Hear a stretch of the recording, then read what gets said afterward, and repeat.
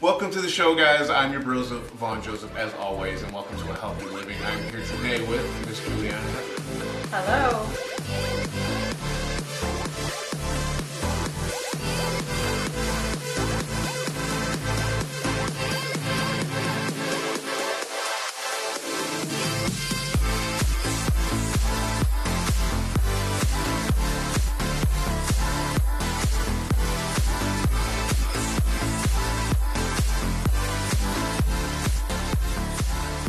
So we were having a conversation about all of this amazing stuff that our body is capable of doing, all these things that we don't know what we're doing to our bodies because of all of the amazing things that a lot of people put into their stomach that aren't so amazing.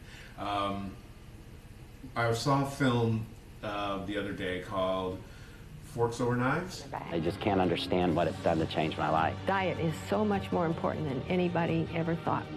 To me, the answer is so simple it's criminal. And it's just people starting to take responsibility for their health and starting to eat more plant-based foods. It's that simple. What are your thoughts on it? It's shocking. Yeah. It's shocking, right? Yeah. But I mean, that's what I see with my practice. That's what I see with clients that come to me and people that are really sick. And it is a good word to say cancers. We're constantly feeding toxic or pathological mechanisms in our body and promoting inflammation and promoting oxidation, right, which is basically the essence of disease, the disease process. So food really is, it can either be your medicine or it can be your poison. That's so true. The studies that they were showing in the film were so unbelievably amazing that I can't even understand why we would not all be on more of a plant-based diet. What are some of the tips for, say, someone like myself to transition into something like that? Because I'm okay not eating red meat. A lot of people out there might still, be in the struggle with not having meat.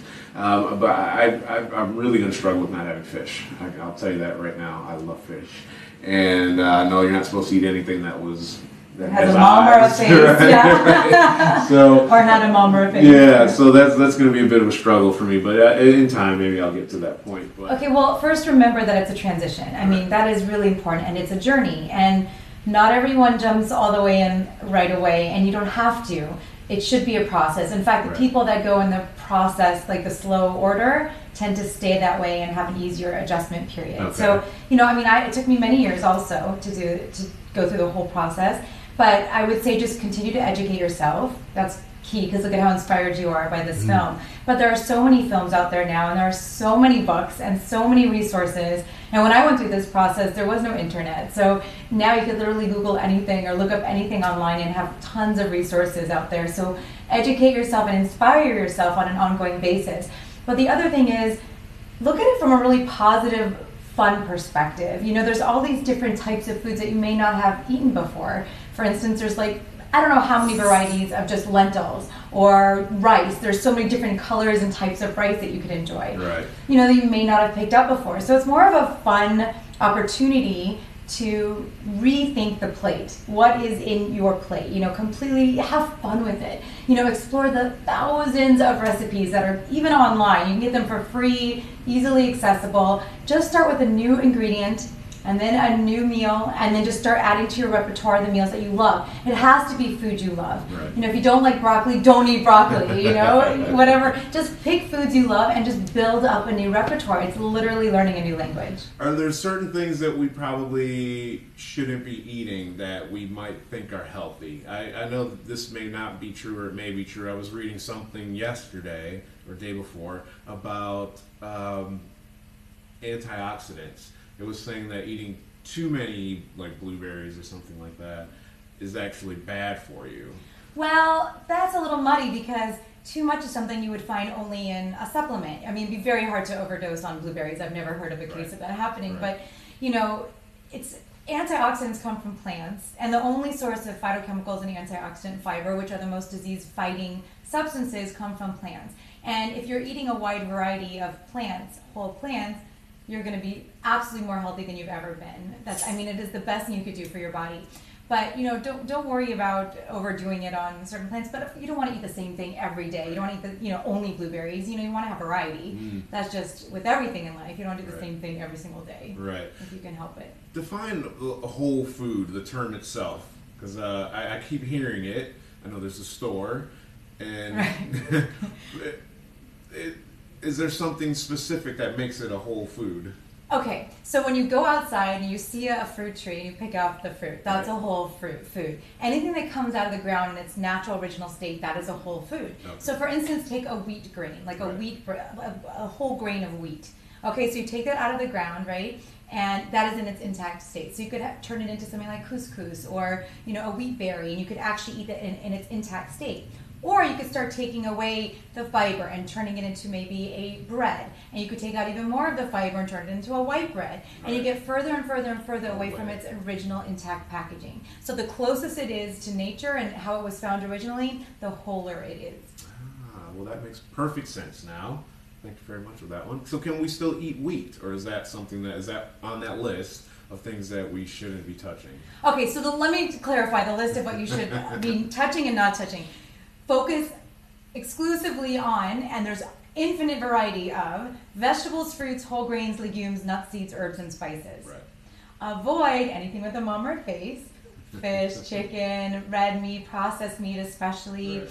Dairy is one of the first things I recommend people give up, because the dramatic impact of giving up dairy on your health outcomes it's amazing what I've seen from people just stopping dairy. So it's like usually the first thing I tell people to just ditch. And it's so easy these days because there are so many, hemp milk, oat milk, rice milk, soy milk, coconut milk. There's so many milks now. You can't be bored. And there's so many plant-based, everything. There's plant-based versions of every type of dairy product. So you literally can't miss anything anymore at all. So I was reading that soy milk for a guy isn't that good. Is that something that there's any truth to that? Oh wait, and I still have to answer wheat. But no, soy is totally healthy. Soy is a wonderful food. It doesn't do anything negative to men. It doesn't give you man boobs. So if I start growing boobs, no, you're not good. Well, think about it. Think about it. I just wrote an article about this. Wait, hold on. You're talking about a compound called phytoestrogens, meaning it's a plant substance that mimics estrogen. However, it has a much weaker, like 100 to 1,000 times weaker effect of estrogen in the body. So what it does is it goes to those cells that take up estrogen and blocks them from the real estrogen, the estradiol. So if you think about it, if you're drinking milk, guess what has real estrogen, the real potent estrogen? Dairy, animal products, because it's coming from the animal. So the plant estrogen is actually protective. Plant estrogen, soy products have been shown to reduce your risk for prostate cancer and for women's risk for breast cancer. And for death from breast cancer. It's got all these wonderful benefits. So don't be afraid of soy. So I can still eat edamame and all that. Totally. I highly recommend it. Unless you have a soy allergy, it's a wonderful health promoting food. Well, I'm going to come back to the allergy thing. Wheat. Yes. Wheat. Now you only need to avoid gluten, which wheat is one of the compounds that contain. So gluten is a protein found primarily in wheat, rye, barley, and then sometimes oats only from cross contamination. You need to avoid it if you have celiac disease, which is about 1 in 144 people now, maybe 1 in 133 people. That's a lot of people. It is a lot of people, but it's not as many as it seems, and it's a real serious condition. Like if you're eating wheat and you have celiac, you are putting yourself at risk for all sorts of things, like down the line lymphoma. I mean, it's a high risk situation, so you cannot have any gluten.